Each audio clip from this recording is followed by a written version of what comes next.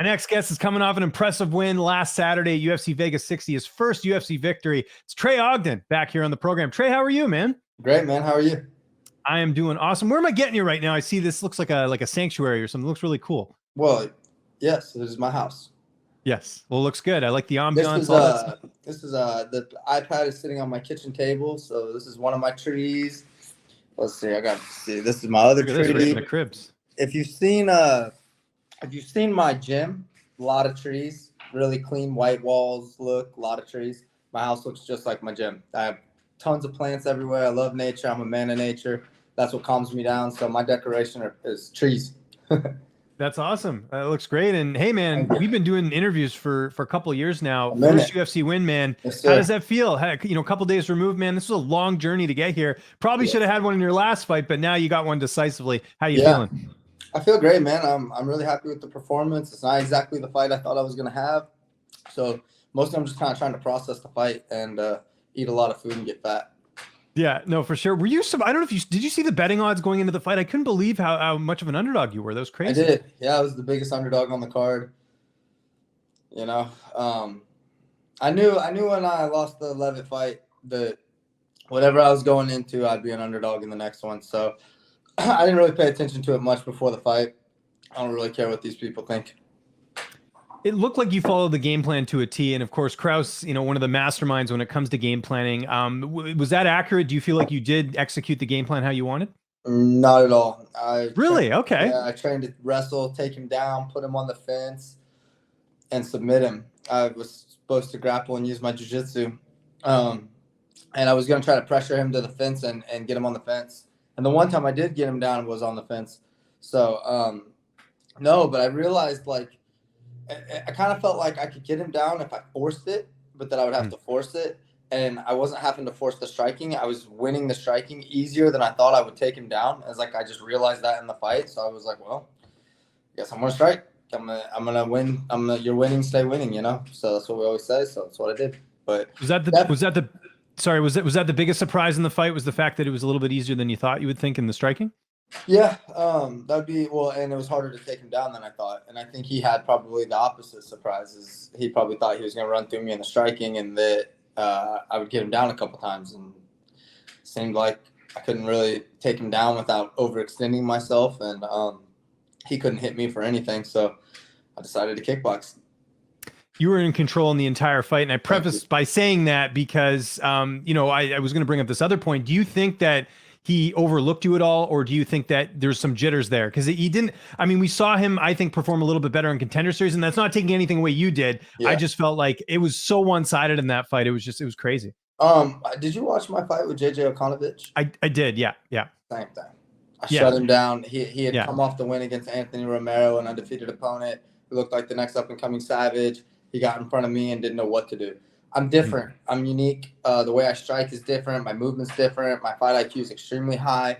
And so, my accuracy is very high. I'm very fast. I cover distance well on my feet. I mix things up with good feints, good level changes. I have a lot of danger factors. So I feel like I don't feel like he underperformed. I think he did good. Actually, I think he did better than I thought he was going to do. So I don't think he underperformed. I just think people really underestimate me because unless you've been on the mat with me, it's hard to see on the video what I'm doing.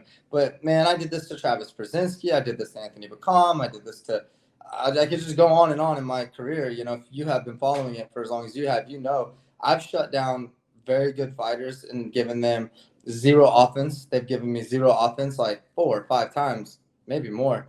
So par for the course for me. It looked like a Trey Ogden fight to me. So it goes to the judges' scorecards. Now, because of what happened last time, was there any nerves that maybe they got this one wrong, or were you like, no, they got to get this one right? It's hard to hear what I said, but right before we raised the hands, I look at James and I go, these Vegas judges better not have got me again, boy. But no, I just couldn't imagine, man. I couldn't imagine. I've won every exchange. He hit me with 3 jabs, 2 body kicks, 2 body punches, 2 leg kicks. And I just teed off on him the whole fight. So I couldn't imagine how he could have won. I don't understand how one judge gave him 1 round. And we looked it up, and they gave him the 2nd round when I took his back. It's like, but He's Vegas. There was some weird judging that night too. Like even in the main event, I thought there was some weird stuff because I don't know if you saw the scorecards in that. They had it tied. I think two of the judges had it tied going into the fifth. I don't really think that was the case, but to each their own. Speaking of that though, like I mentioned, big underdog. You must have had some people messaging you that they won some big money on that. Yeah, like almost a lot of people I know. And I know that a lot of people I don't know lost money on me, and you deserve it. And yeah. So yeah, I've had a lot of people reach out and tell me they've won like several $100s. I think the fight made my community about the same amount of money it made me. So I'm very happy for that. Okay. But anyone that bet on me in that fight deserves to win the money. So I'm happy for them. Did you now on the flip side, did you get some people being like, "Oh, thanks a lot," because I parlayed, whoever? Did you get any haters at all or no? No, and if I do get these people, I block them in all future accounts immediately, and I enjoy it so much. Like, if you're the kind of person that's going to reach out to me and talk shit on Instagram, you're going to be out of my world, and I'm going to enjoy that so much. And you're going to try to find me later and be like, I'm gone. And so you can't say anything mean enough to me that will be worse than the pleasure of blocking you. So, but I wanted to circle back with you on something on our last interview, the Trey Ogden thing on the betting, since we're talking about betting. I guess this guy changes his last name and profile picture to whatever fighter is next in the UFC for Kraus. So at that time, I was next. It just so happens that his name rhymes with mine so well that it was so funny. But yeah, I guess that's the deal.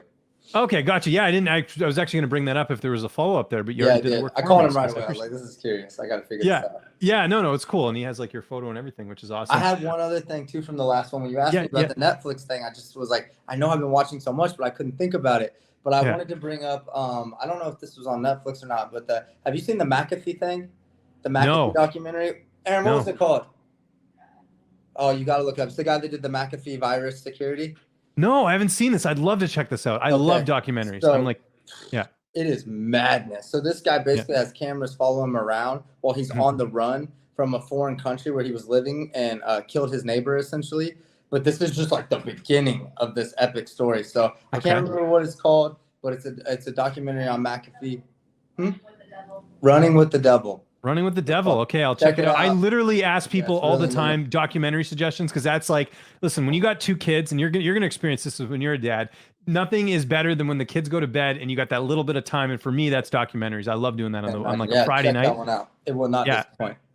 So I got two for you. And again, I don't want to turn this into like a review show, but okay, I just watched, maybe we talked about this last time. I can't remember if it was you or someone else. So Vice is doing this series called Dark Side. They did Dark Side of Wrestling. They did Dark Side of the 90s. And they did another one called Dark Side of Comedy. So I just watched the one on Artie Lang, who was on Howard Stern's show and Mad TV. And then they also did one on Richard Pryor. Both of those were amazing. So I don't know if you like that type of stuff, like autobiographical type stuff.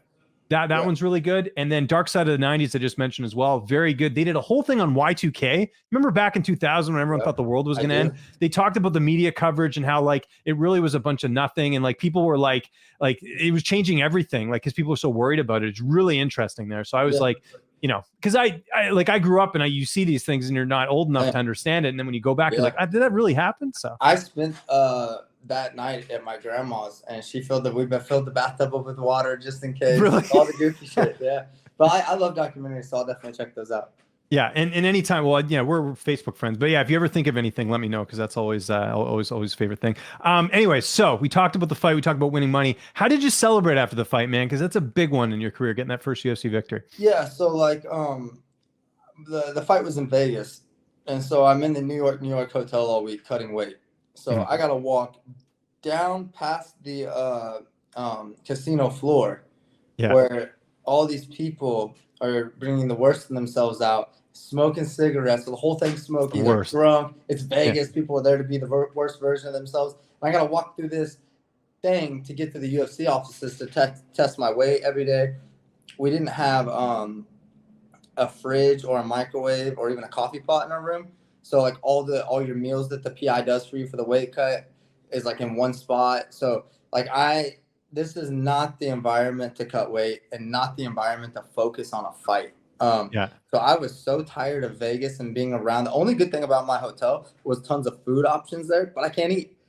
Yeah, so essentially all I've been doing is recreating Vegas in my own life and eating and just like enjoying. So right after the fight, I wanted to go make peace with Vegas because I was really tired of Vegas. And so I wanted to go like drink a few beers and eat some food and like relax in this party environment that I've been trying to focus and meditate in the whole week. So that's really it, man. And then we packed our bags and watched the fights, finished watching the fights and packed the bags and came home, and I'm right back in the gym, and it's another day. So annoying, by the way, again, not going off on a rant here, that they don't have fridges in the hotel rooms, because I had the same issue. And, there is one.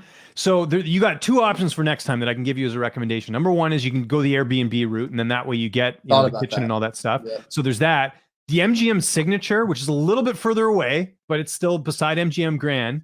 They have kitchens in there. So they have like microwave, fridge, all that stuff, stove, which I prefer because I'm like, I don't want to eat terrible the entire time I'm in Vegas. Even when I'm covering events, I like to eat like decently. So I would go to a grocery store and buy stuff, and then you can cook it. But if you're stuck in your room, you're out of options, man. It's not very good. I know exactly what you mean.